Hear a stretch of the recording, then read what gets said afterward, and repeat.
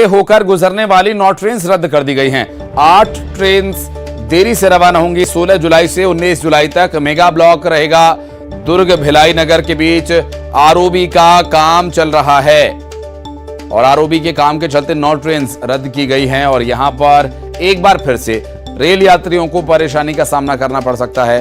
इस पूरे मामले को लेकर डिटेल्स आप तक पहुंचाएंगे। फिलहाल आपको बता दें कि 8 ट्रेन लेट होंगी और 16 से 19 जुलाई तक मेगा ब्लॉक रहेगा और इस मेगा ब्लॉक के चलते कितनी परेशानी हो सकती है, मिथिलेश हमारे सहयोगी इस वक्त हमारे साथ जुड़ रहे हैं, उनसे बात करेंगे। मिथिलेश, क्या डिटेल्स मिल पा रही हैं? एक बार फिर से रेल यात्रियों को परेशानी का सामना करना पड़ सकता है मेगा ब्लॉक के चलते।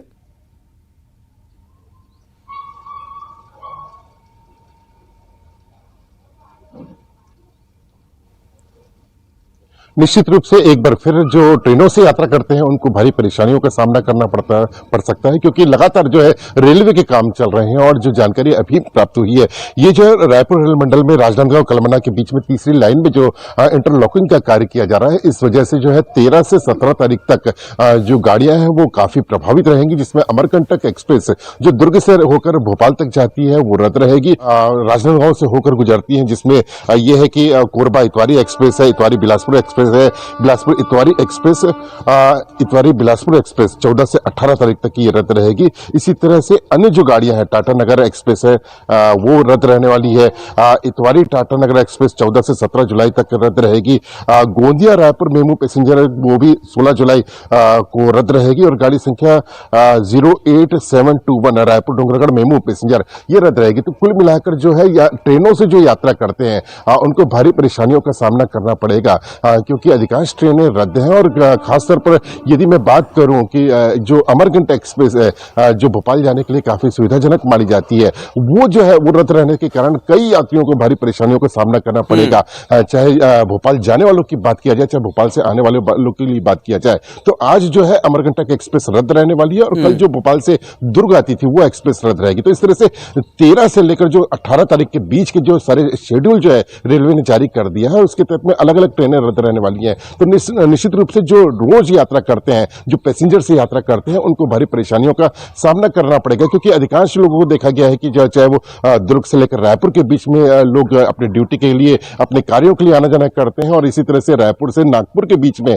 जो कई व्यावसायिक लेन देन होते हैं वहां पर भी उनको आने जाने के लिए काफी दिक्कतों का सामना करना पड़ेगा। जी, बहुत शुक्रिया आपका इस पूरे मामले पर जानकारी के लिए मिथिलेश। और बढ़ते आगे रायपुर से एक बड़ी खबर आपको बता दें, छत्तीसगढ़ में मानसून पर फिलहाल ब्रेक लग गया है।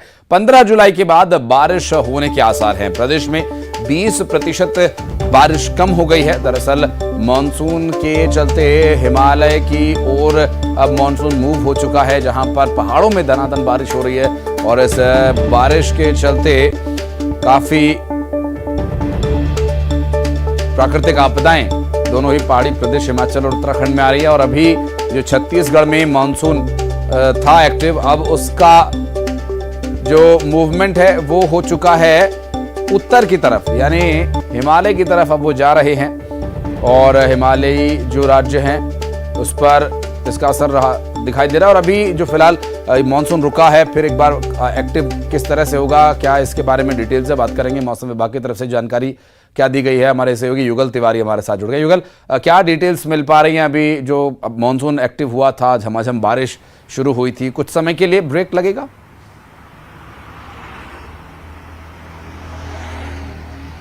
जी बिल्कुल आशीष, कह सकते हैं छत्तीसगढ़ में मानसून ब्रेक की स्थिति है और फिलहाल 15 जुलाई तक बारिश के आसार नहीं है। 15 जुलाई के बाद ही बारिश की संभावना है, मौसम विभाग ने व्यक्त किया है।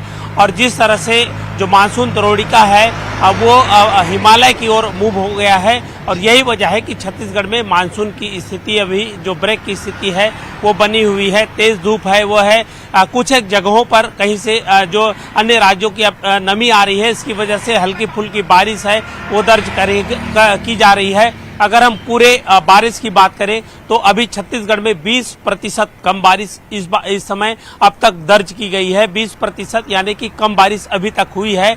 अमूमन जुलाई में इस समय में काफी बारिश हो जाती थी, लेकिन इस बार 20% अभी तक कम बारिश है वो दर्ज की गई है।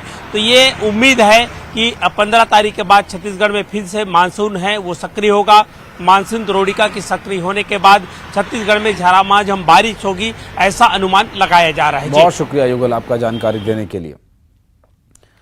और दिल्ली से एक बड़ी खबर आपको बता दें, प्रधानमंत्री नरेंद्र मोदी अंतर्राष्ट्रीय दौरे पर फ्रांस और यूएई के लिए रवाना हो चुके हैं। पहले फ्रांस का दौरा है और इस फ्रांस दौरे के दौरान प्रधानमंत्री नरेंद्र मोदी वहां रह रहे भारतीय समुदाय के लोगों को संबोधित करेंगे। 13 और 14 को प्रधानमंत्री फ्रांस में रहेंगे।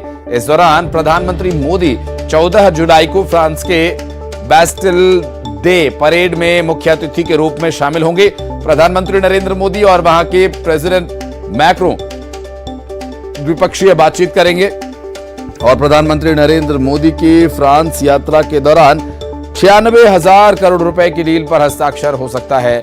ये डील है 26 राफेल एम फाइटर जेट और 3 स्कॉर्पियन पनडुब्बियों के राफेल का समुद्री वर्जन आईएनएस विक्रांत और विक्रमादित्य के लिए आ रहा है। भारतीय समुदाय से पीएम मोदी मुलाकात करेंगे। मैक्रों पीएम मोदी के सम्मान में राजकीय भोज के साथ साथ एक निजी रात्रि भोज की मेजबानी भी करेंगे। और प्रधानमंत्री के फ्रांस यात्रा रणनीतिक, सांस्कृतिक, वैज्ञानिक, शैक्षणिक और आर्थिक रूप से द्विपक्षीय रिश्तों को और मजबूत करने के रूप में देखी जा रही है। फ्रांस के पीएम सीनेट और नेशनल असेंबली के अध्यक्षों के साथ साथ फ्रांसीसी कंपनीज के सीईओज के साथ उनकी मुलाकात होगी और पीएम मोदी यहां मुलाकात करेंगे। साथ ही ये भी बता दें कि आजादी के बाद यूरोप में फ्रांस लंबे समय तक भारत का सबसे बड़ा साझेदार रहा है। 1998 में दोनों देशों के बीच रणनीतिक संबंधों की शुरुआत हुई थी। जब भारत ने परमाणु परीक्षण किया था तो अमेरिका सहित तमाम पश्चिमी देशों ने भारत पर प्रतिबंध लगाए। हालांकि फ्रांस ने केवल प्रतिबंध से दूर रहकर भारत के साथ अपने रिश्तों को बनाए रखा। हालांकि प्रतिबंधों को हटाए जाने के लिए पुरजोर पैरवी भी फ्रांस की तरफ से भी की गई थी और इस तरह से बीते 3 दशकों से भारत के लिए रशिया के बाद फ्रांस सबसे बड़ा रणनीतिक साझेदार बनकर उभरा है।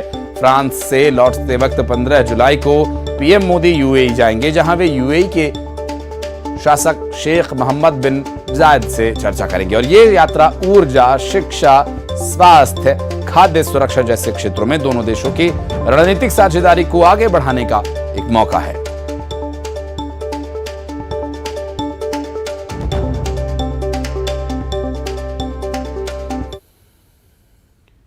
और रायपुर से बड़ी खबर, केंद्रीय गृह मंत्री अमित शाह का छत्तीसगढ़ दौरा। कल छत्तीसगढ़ के दौरे पर गृह मंत्री अमित शाह आएंगे।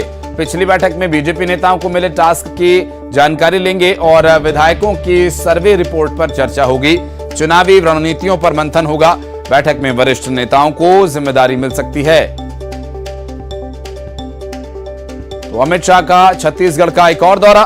छत्तीसगढ़ में भारतीय जनता पार्टी को चुनाव जिताने का लक्ष्य लेकर चल रही पार्टी के प्रमुख रणनीतिकारों में शामिल अमित शाह ताबड़तोड़ दौरे कर रहे हैं छत्तीसगढ़ के और एक